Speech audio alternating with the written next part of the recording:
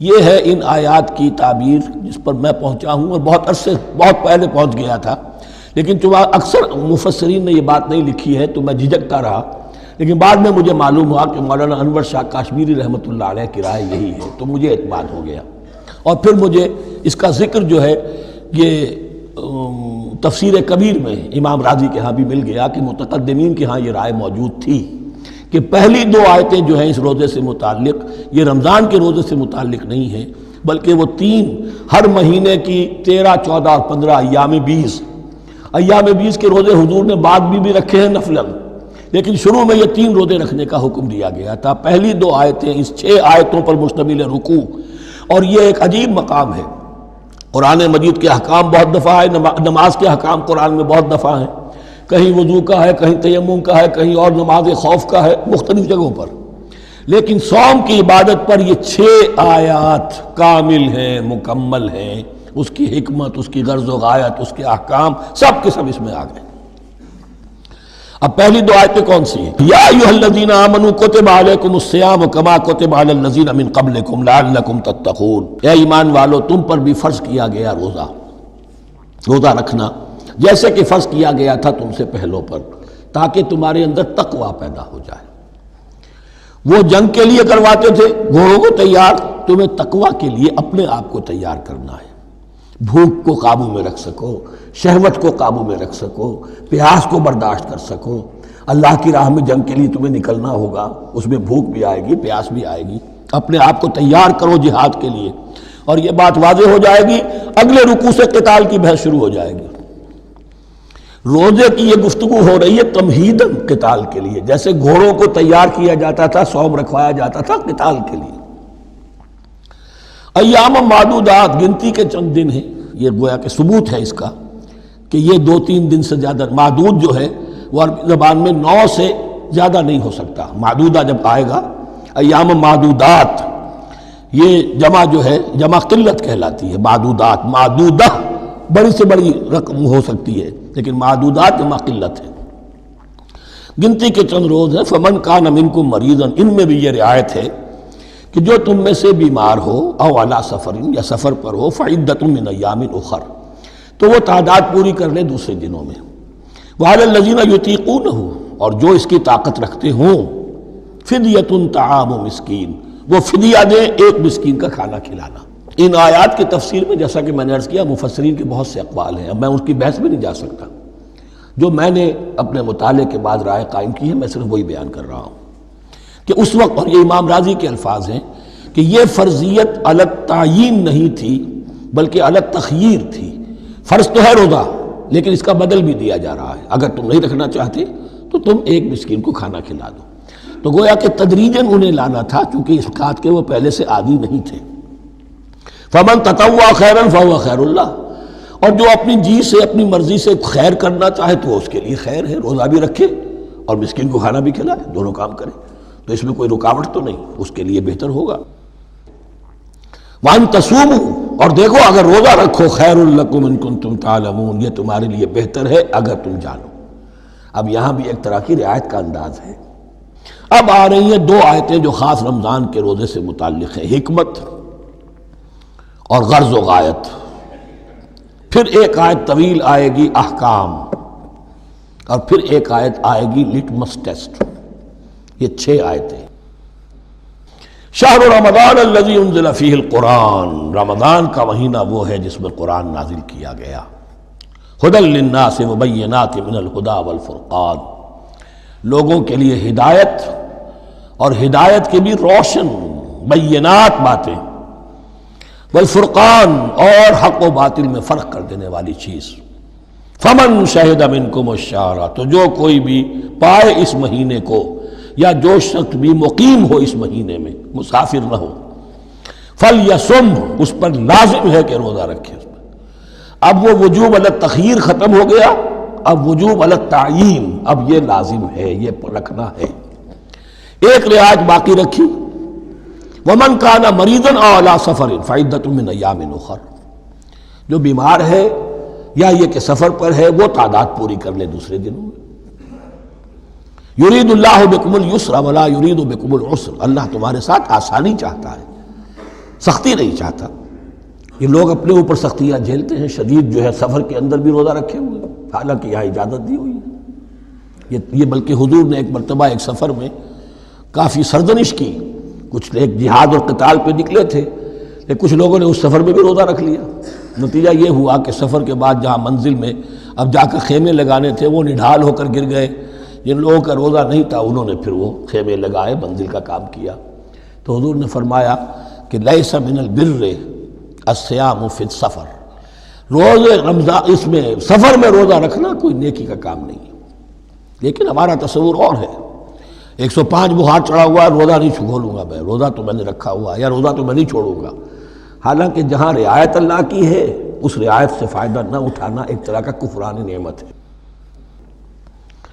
وَلِتُكْمِلُوا الْعِدَّةَ، لیکن تمہیں عدت اور تعداد اب پوری کرنی ہوگی. وہ جو تھی ایک رعایت کہ فدیہ دے کر فارغ ہو جاؤ، وہ نہیں ہے. وَلِتُكَبِّرُوا اللَّهَ عَلَىٰ مَا هَدَاكُمْ، اور تاکہ تم تکبیر کرو اللہ کی اس پر کہ جو اس نے ہدایت تمہیں عطا فرمائی. وَلَعَلَّكُمْ تَشْكُرُونَ، اور تاکہ تم شکر کر سکو اس نعمت عظمیٰ کا جو قرآن حکیم کی شکل میں تمہیں دی گئی ہے.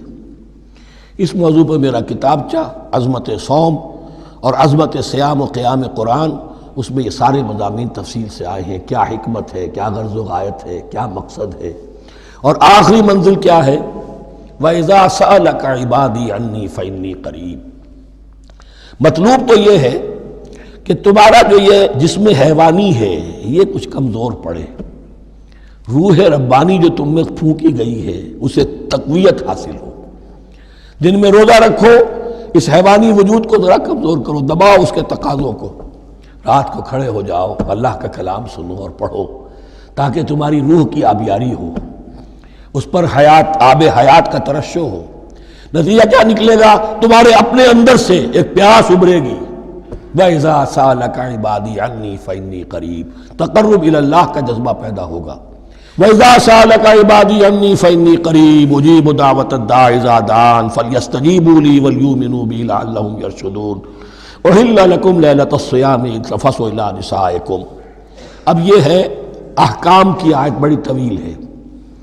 کیونکہ یہود کے ہاں شریعت میں روزہ جو ہے شروع ہو جاتا تھا شام کو ہی، اور رات بھی روزے میں شامل تھی، تو تعلق زن و شو بھی نہیں ہو سکتا، اور کوئی سحری وحری کا تصور نہیں تھا. جیسے ہی سوئے رات شروع، روزہ شروع. اب اگلے دن تک غروب آفتاب تک روزہ رہے گا.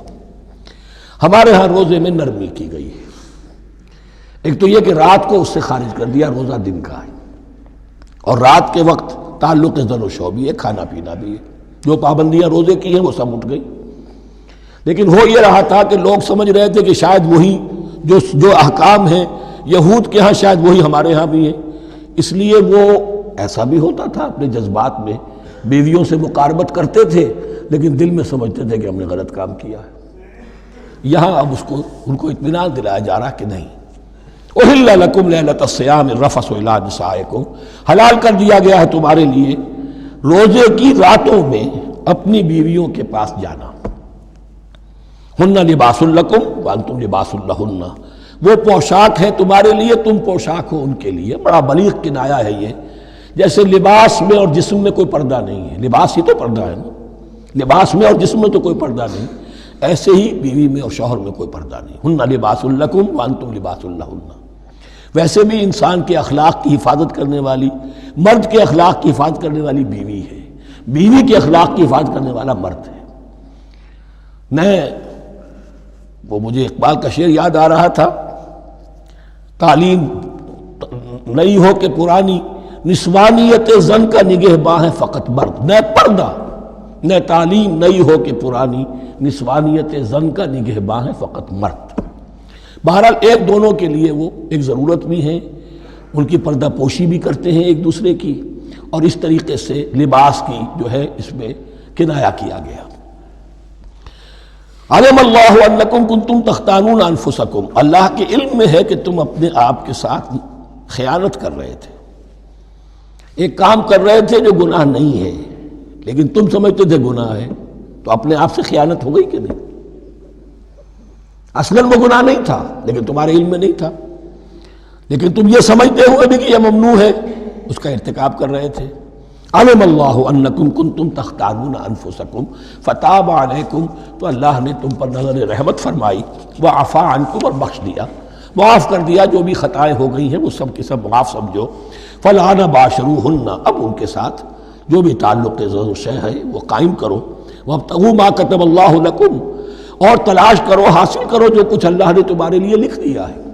کیا لکھ دیا؟ ایک تو اولاد تعلق ضرور شو میں، اور ایک سکون ہے کہ جو اللہ تعالیٰ نے اس میں رکھا ہے، لِتَسْكُنُوا إِلَيْهَا، قرآن مجید میں یہ الفاظ آئے، ایک تسکین ہے، سکون ہے، اعصاب کا تناؤ جو ہے وہ اس کے بعد جو ہے اس کے اندر ایک سکون کی کیفیت پیدا ہو جاتی ہے۔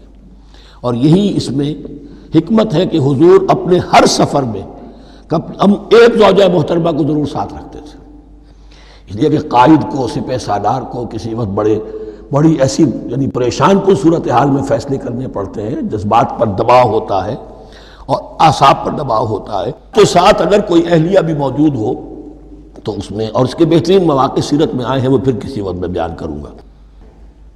وَابْتَغُوا مَا كَتَبَ اللَّهُ لَكُمْ وَكُلُوا وَاشْرَبُوا حَتَّى يَتَبَيَّنَ لَكُمُ الْخَيْطُ الْأَبْيَضُ مِنَ الْخَيْطِ الْأَسْوَدِ مِنَ الْفَجْرِ، اور کھاؤ اور پیو یہاں تک کہ واضح ہو جائے تمہارے لیے سفید دھاری فجر کی سیاہ دھاری سے، یعنی یہ پاؤں پھٹنے کے لیے استعارہ ہے کہ جب سفیدہ نمایاں ہوتا ہے ایک لکیر کی طرح، پاؤں پھٹ گئی، اس وقت تک کھانے پینے کی چھوٹ ہے، سحری جو ہے آپ کر سکتے ہیں، بلکہ کلو واشربو، کھاؤ اور پیو، اور اس کی حدیث میں تاکید آئی ہے، اور یہ بھی فرمایا ہمارے اور یہود کے روزے کے مابین سحری جو ہے وہ فرق ہے، تسحروا فإن فی السحور برکہ، سحری ضرور کیا کرو اس لیے کہ سحری میں برکت ہے۔ ثم اتموا الصیام الی اللیل، پھر رات تک روزے کو پورا کرو۔ اب رات تک میں اکثر فقہا کے نزدیک غروب آفتاب مراد ہے، اہل تشیع اس سے ذرا آگے جاتے ہیں کہ رات کا لفظ آیا ہے تو ذرا اور غروب آفتاب پر چند منٹ گزر جائے، لیکن ہمارے اہل سنت کے ہاں غروب آفتاب جو ہے وہی گویا کہ یہ اس کی غایت ہے۔ وَلَا تُبَاشِرُوهُنَّ وَأَنْتُمْ عَاكِفُونَ فِي الْمَسَاجِدِ، لیکن یہ رعایت جو تمہیں دی جا رہی ہے اس میں ایک استثناء ہے، جب تم معتکف ہو مسجدوں میں تو پھر اپنی بیویوں سے کوئی تعلق قائم نہ کرو۔ وَلَا تُبَاشِرُوهُنَّ، مت ان سے مباشرت کرو، وَأَنْتُمْ عَاكِفُونَ فِي الْمَسَاجِدِ، جبکہ تم مسجدوں میں اعتکاف میں ہو، آخری عشرے میں جو اعتکاف ہوتا ہے۔ تِلْكَ حُدُودُ اللَّهِ فَلَا تَقْرَبُوهَا، یہ اللہ کی حدود ہے، ان کے قریب مت جاؤ۔ بعض جگہ پر آتا ہے فَلَا تَعْتَدُوهَا، ان حدود کو عبور نہ کرو، ان سے تجاوز نہ کرو۔ تو حرام تو یہی شے ہوگی کہ حدود سے تجاوز کیا جائے، لیکن احتیاط اس میں ہے to keep at a safe distance, ذرا دور رہو، آخری حد تک چلے جاؤ گے تو اندیشہ ہے کہ کہیں اس حد کو کراس نہ کر جاؤ۔ فَلَا تَقْرَبُوهَا، اللہ کے حدود سے ذرا ایک سیف ڈسٹینس کے اوپر رہنا ضروری ہے۔ كَذَلِكَ يُبَيِّنُ اللَّهُ آيَاتِهِ لِلنَّاسِ، اسی طرح اللہ تعالیٰ واضح کرتا ہے اپنی نشانیاں لوگوں کے لیے، لعلہم یتقون، تاکہ وہ تقوی کی روش اختیار کر سکے، بچ سکے۔ اب وہ لٹمس ٹیسٹ والی آیت آ گئی، تقوی کا ٹیسٹ کیا ہے؟ روزہ اس لیے فرض کیا کہ تقوی پیدا ہو جائے، یہ سارے احکام تمہیں دیے جا رہے ہیں تاکہ تمہیں تقوی پیدا ہو جائے۔ ٹیسٹ کیا ہے؟ عقل حلال، یہ نہیں ہے کوئی نیکی نہیں۔ وَلَا تَأْكُلُوا أَمْوَالَكُمْ بَيْنَكُمْ بِالْبَاطِلِ، اپنے مال آپس میں باطل طریقوں سے ہڑپ نہ کرو۔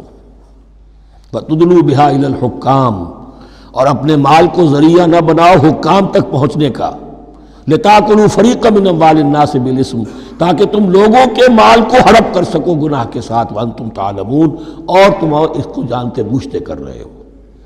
جو شخص اس معیار سے تو اس سے باز آ گیا وہ ہے متقی، یہ لسٹ پر ٹیسٹ ہے، ورنہ نمازوں کی تعداد، روزوں کی تعداد اور حرام کھانا تو تقوی نہیں۔ یہ میں حیران ہوتا ہوں کہ اب اس پر کبھی غور نہیں کیا ہے لوگوں نے کہ یہ آیت کہاں سے آ گئی درمیان میں۔ روزے کے احکام اور اس کے بعد قتال کے احکام بھی شروع ہوں گے، حج کے احکام شروع ہوں گے، یہ بیچ میں آیت۔ واقعہ یہ ہے کہ جیسے روزے کی حکمت کا نقطہ عروج کیا ہے، وَإِذَا سَأَلَكَ عِبَادِي عَنِّي فَإِنِّي، روح انسانی میں ایک طلب پیدا ہو جائے تقرب اللہ کی۔ اسی طرح احکام صوم میں جو کلائمیکس ہے وہ یہ ہے